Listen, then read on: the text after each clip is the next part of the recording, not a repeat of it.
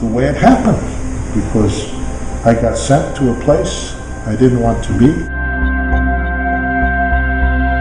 with no preparation, and became very, very dependent on the people.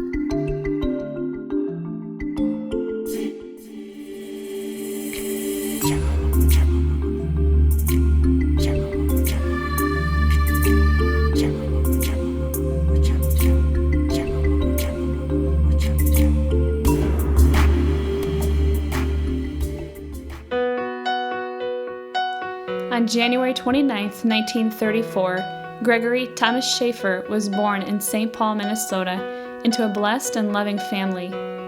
He was the second of 10 children, born to John Conrad and Anne Catherine Schaffer. Being the eldest son, Greg was given the responsibility of caring for his younger siblings. At a young age, he learned how to look out for others, work hard, and how to be a leader.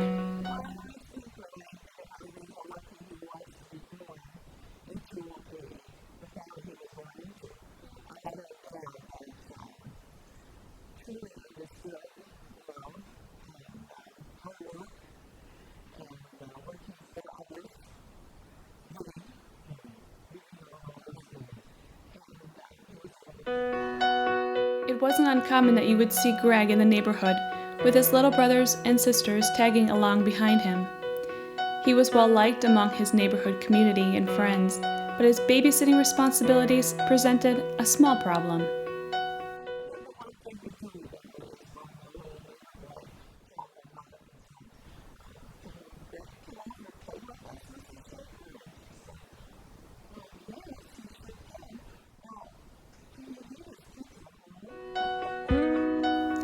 Greg was a gifted student and actively participated in school programs, so much so that when his younger siblings came along, they were told that one in the family was enough to win all the school awards. In addition to taking care of his siblings, Greg kept busy with side jobs, continuing his gift of working with and serving people. Greg had a 7-day-a-week early morning paper route. He was active in his home parish, St. Columba Catholic Church, serving as an altar boy. Greg had various summer jobs, the most valuable being on his grandfather Schaffer's farm in Miesville, Minnesota. There, Greg received hands-on learning with agriculture and dairy farming. Life for Greg was ordinary, lively, blessed, but at the end of 8th grade, Greg made a surprising and unexpected request. He wanted to enter the seminary and become a priest. Greg was inspired by the great example of his associate pastor, Father Michael O'Connor, and he was sure God wanted him to live that life as well. Greg's father wanted him to stay home longer so as to learn family values and continue receiving formation in the home. His mother still needed his help with the younger siblings, and allowing him to go away would be a sacrifice for the whole family. Seeing the determination within Greg, and knowing they should never come between the will of God and their child, John and Anne Schaffer allowed Greg to continue the call he felt to the priesthood, a call to lay down his life so others may live. Greg spent 6 years at Nazareth Hall Preparatory Seminary. He continued on for another 6 years at St. Paul's Major Seminary. He was seen by everyone as a friend, always ready to offer a kind word and smile.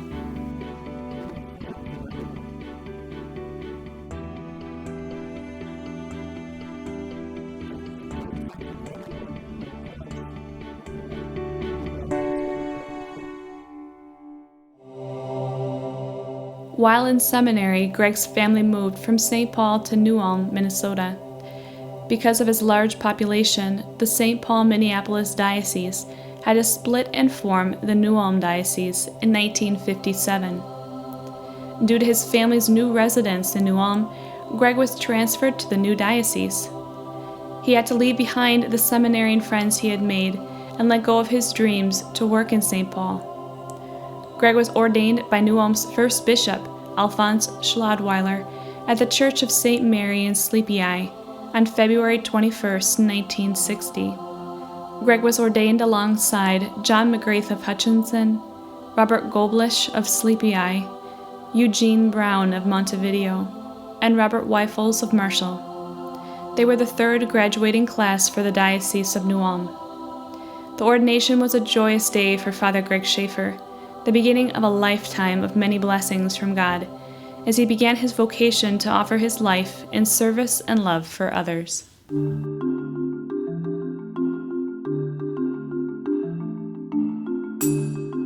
Father Greg was first assigned as associate pastor of the Church of the Holy Redeemer in Marshall, where he was a senior religion teacher at the Central Catholic High School. There he was always available as a confessor and spiritual guide for the high school students. Life was comfortable for Father Greg. His passion was teaching, and he loved being close to the students. He never saw himself other than a diocesan priest carrying out his ordinary duties. He was content on doing what he was doing for the rest of his life, but God had different plans.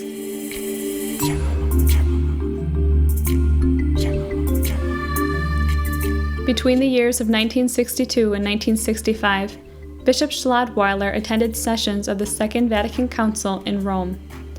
Pope John XXIII requested that missionary priests be sent to Latin America because of the dire pastoral need. He said, "When I think of Latin America, I can't sleep at night." Within the first session of the Second Vatican Council, Bishop Schladweiler met Bishop Angelico Moloto of the Diocese of Sololá, Guatemala, and he was told of their need for priests. His heart was moved, and he made a promise to send some of his priests to help. But who? Well, I was ordained in 1960, and I was teaching in the Central Catholic High School out in western Minnesota in the town of Marshall, and working in the parish there. And I loved it. I didn't want to change that for the world. I loved the teaching, classroom teaching. Old-fashioned kind, where priests wore these big, intimidating black cassocks, and you'd walk in, and all the kids would say, "Oh." But I sure liked that, and I wanted to continue. So when the volunteer letter came, I threw it away because I didn't want to volunteer. Bishop came out for confirmations, and he said, "Say, Greg, that letter." Well, Bishop, it said volunteer, and I really don't want to volunteer. I like doing what I'm doing. I want to do it the rest of my life. But so I didn't respond. Well, he said, "You're a young priest. You're supposed to respond to a letter from the bishop. Besides, what makes you think you're going to be chosen? Because there's so many people volunteering. But you should respond." Oh, geez. So I was all embarrassed and picked whatever you say. But I should have said in the first place. May of '63, you have been chosen. Wonderful letter. Beautiful. Something to save and show your mother every once in a while. I was the only one that wrote. Nobody else wrote. Now what?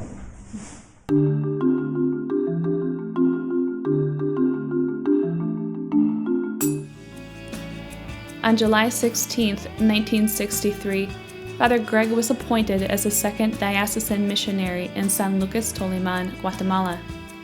Father Stan Martinka had already been at the mission since 1962, but was soon going to be called to active duty in the Air Force to serve as an Army chaplain.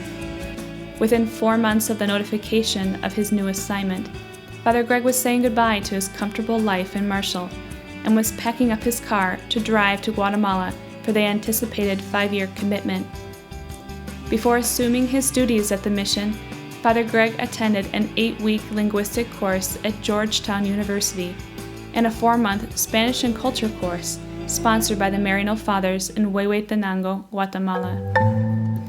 Father Greg was formally received as pastor of San Lucas on Saturday, March 21, 1964, the day before Palm Sunday.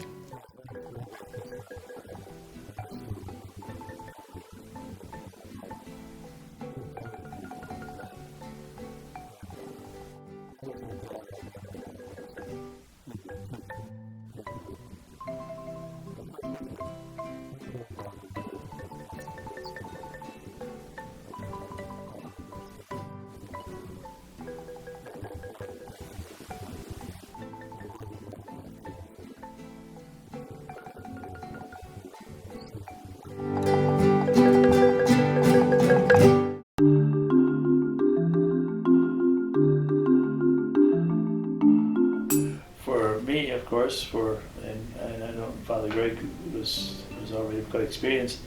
You have the language difficulties. 95% or maybe more of the people only spoke their own Mayan language. So it was. These were challenges, but there also had advantages because we were dependent on the people. In most everything we did, in everything that had to be done, we were dependent on the people.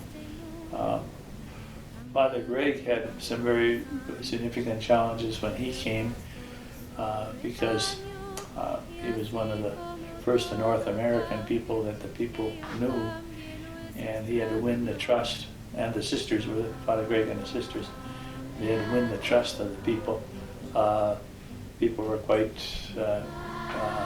hesitant at the beginning, and Greg had to show in many different ways the love that was in his heart, and that was able, of course, to bring trust up from the people to him.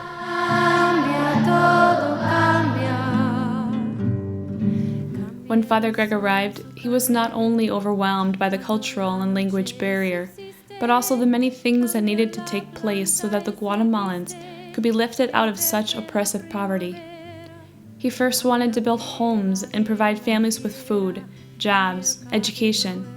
But after a few months, he realized his first battle was to fight malnutrition.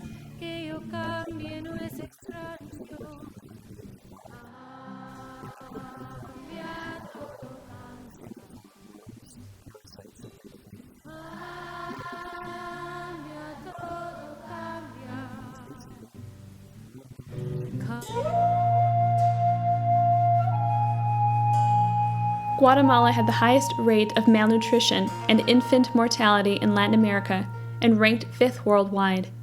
1 out of every 2 children under the age of 5 were chronically malnourished. Rural and indigenous children, and children whose mothers had limited or no access to education, had a notably higher chance of dying before the age of 5.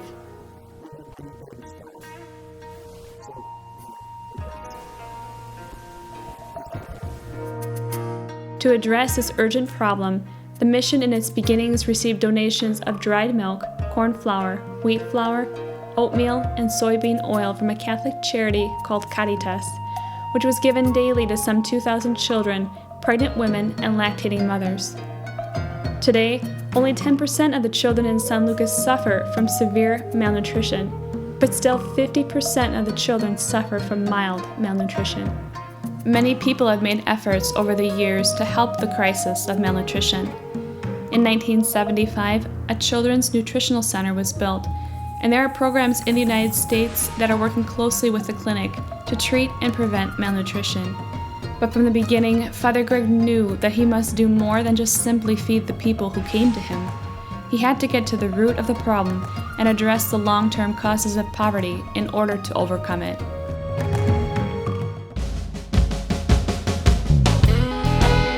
Within a short period of time, Father Greg saw the potential of many eager and young men willing to work as carpenters and stonemasons.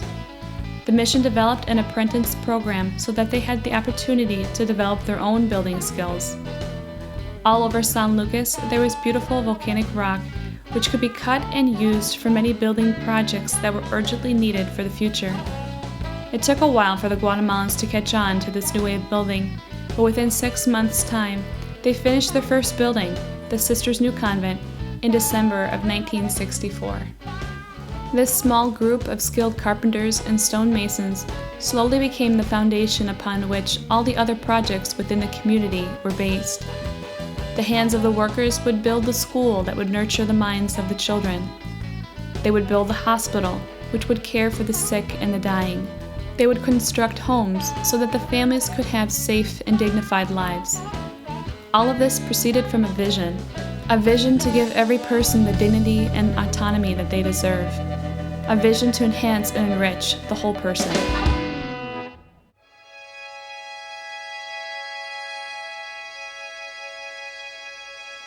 With the arrival of the first school sisters of Notre Dame in September of 1964, and with the help of another Nuam diocesan priest, Father Kenneth Wendinger, from 1965 to 1967, the mission was well staffed to assess the acute needs of the people and begin developing plans to help them.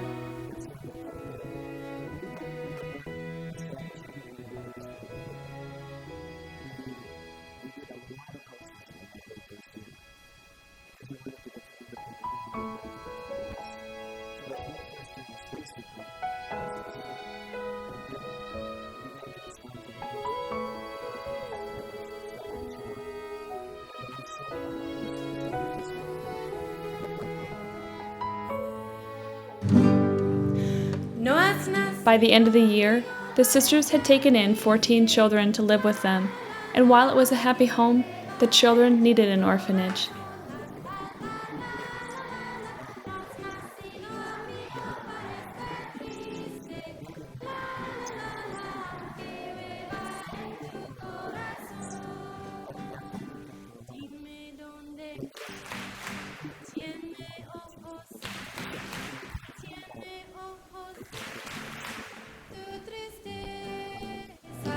Dime dónde tiene ojos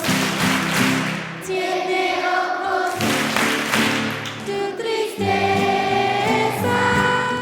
To address the growing number of orphans, Casa Feliz was built in 1967 to house over 30 orphans. Due to the Guatemalan Civil War and the growing violence in the early 1980s, there became a need for a bigger orphanage. In 1982, a new Casa Feliz was inaugurated with the capacity to hold 150 children, most of them coming from the areas which suffered greatly from the war. Many of those children from the orphanage were from people from very conflicted areas, and they were able to come here and they were safe. Thankfully, this orphanage is no longer needed, but it served as a home for many children who would have otherwise been lost in society.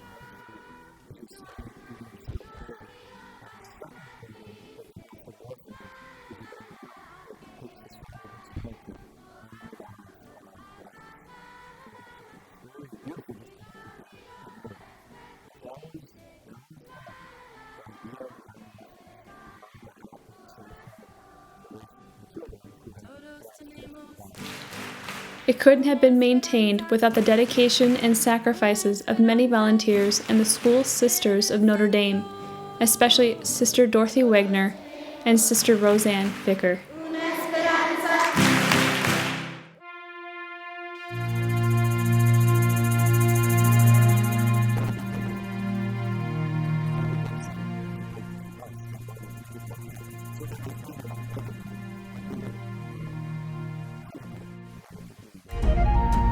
The sisters had to learn quickly how to address the acute infirmities, such as intestinal parasites or malnutrition, and how to diagnose other infectious diseases such as tuberculosis and whooping cough.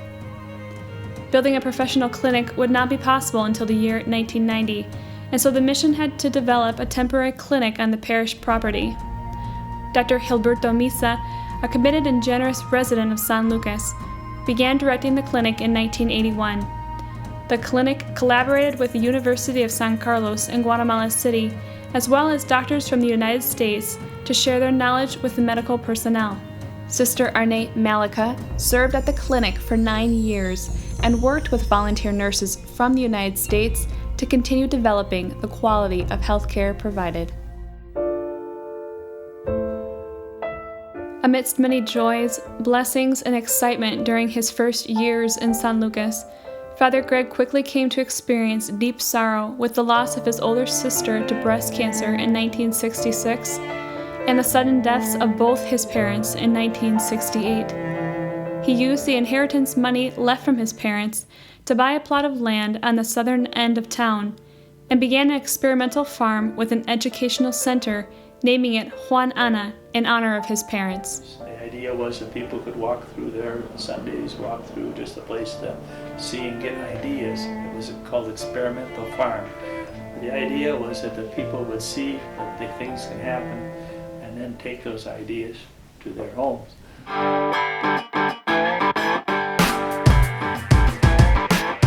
With the help of many volunteers, including Rod Foley and Dave Davis, both Peace Corps volunteers, the mission began to raise pigs, milk cows, turkeys, chickens, ducks, sheep, goats, and rabbits, with the hope that the animals could be distributed among the local people so that they could raise their own food. Other projects that developed were the cultivation of vegetable gardens, fruit and avocado trees, and flower nurseries. Projects developed later on were the reforestation project in 1975, beekeeping and honey making in 1978, coffee exportation in 1992, and medicinal plants in 1999. For many years, the farm served as a base for experimental and educational programs for students of all levels, and also for many visitors from Guatemala and the United States. Through this farm, 50,000 new trees were planted yearly to protect the land from erosion and to provide fuel and building materials for the Guatemalans. Up to 40,000 pounds of coffee was exported annually. 1,000 pounds of high-quality honey was annually produced for marketing, and medicinal plants were used by the community as alternative medicine.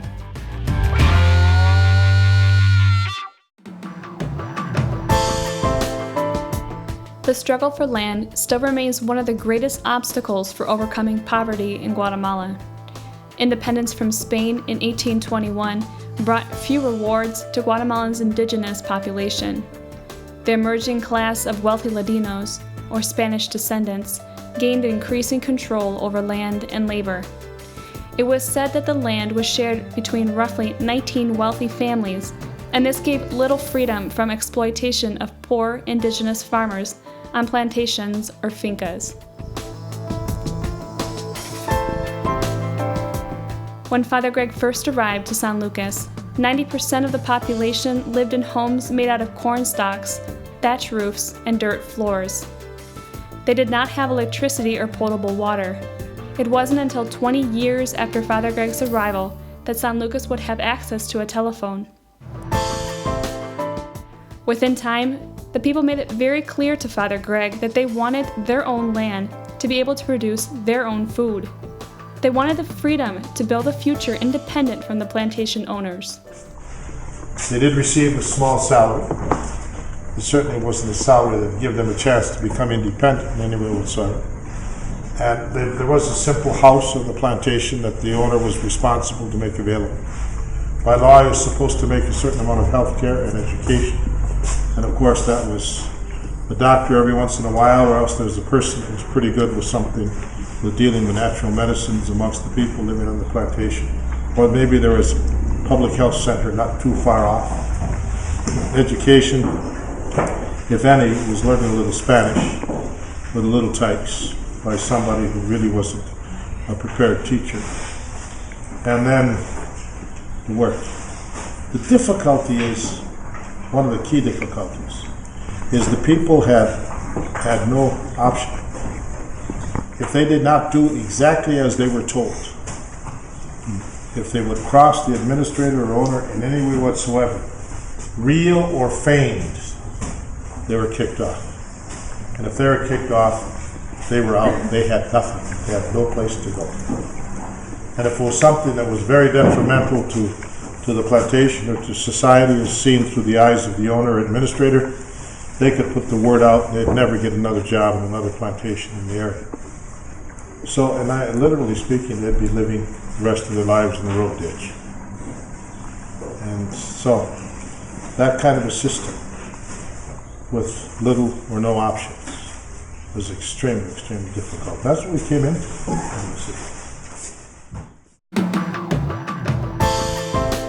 Father Greg realized that if issues of land were to be addressed at all, it would have to be done not by the government, but rather by the people themselves, with the support of the church. The role of the church, as he saw it, was to empower the people, and this would be through enhancing and enriching the whole person, spiritually, intellectually, and physically.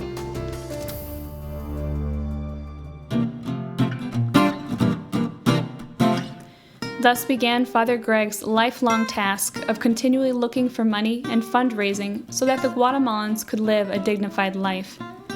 After 50 years of persistent efforts, 4 complete plantations have been purchased and divided among 3 communities. Many houses have been built with the help of donated money given to the mission. over 1,000 plots of land have been given to families in 14 other neighboring communities. And over 4,000 families have been provided with land that they can call their own. Father Greg had a lot of dreams and really sound set of good dreams for the people. Greg wanted to have the people be able to live on, I guess it'd be called a tenth of an acre, because that would be a lot of land around here. And have a really decent house where it would be dry, where it would be people could get out of the rain. They would stop the whole business of disease and death, put it into decent housing, simple housing, but something where the people could live in dignity. Thanks to the land distribution and housing project, many Guatemalans have been able to improve their standard of living and construct the dignified lives they were denied of for so long.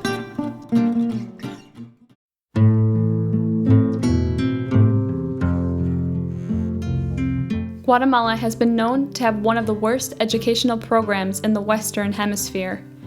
Only 30% of students who began primary school completed their studies. Nearly 31% of the country's 12 million populace was illiterate, with illiteracy rates up to more than 60% in the indigenous people. When Father Greg arrived, there was only one school in San Lucas with an enrollment of about 100 children.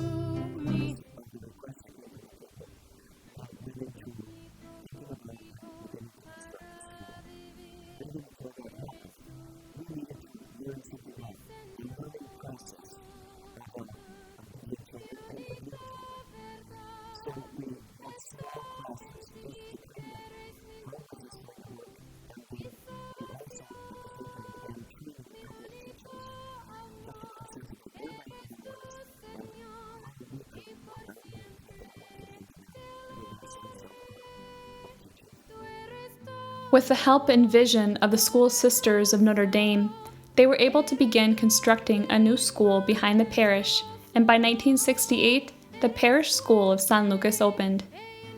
While the numbers have fluctuated, the school has held enrollments of up to 600 children, staffing 22 teachers, 9 of them being alumni. The mission has also helped build new schools in 12 neighboring villages. When Father John Goggin was sent to San Lucas in 1967, and more School Sisters of Notre Dame in 1972, the mission was able to strengthen their educational efforts in the primary school and eventually developed a secondary school for grades 7 through 12. From the early 1960s, the literacy rate has jumped from 3% to 85% today. A new Montessori center was built in 2010 to provide an environment in which 4 to 5-year-olds could have hands-on learning, so that when they are introduced into primary school, they have a better capacity for learning. Local art, colorful weavings, paintings, and wood carvings are displayed to remind the children of their rich heritage, and activities are directed so that the gifts and learning capacities of each child are fostered. The development of the education for the children has been a great success for the mission, and the school has produced many professionals in different areas who have brought recognition to the town of San Lucas.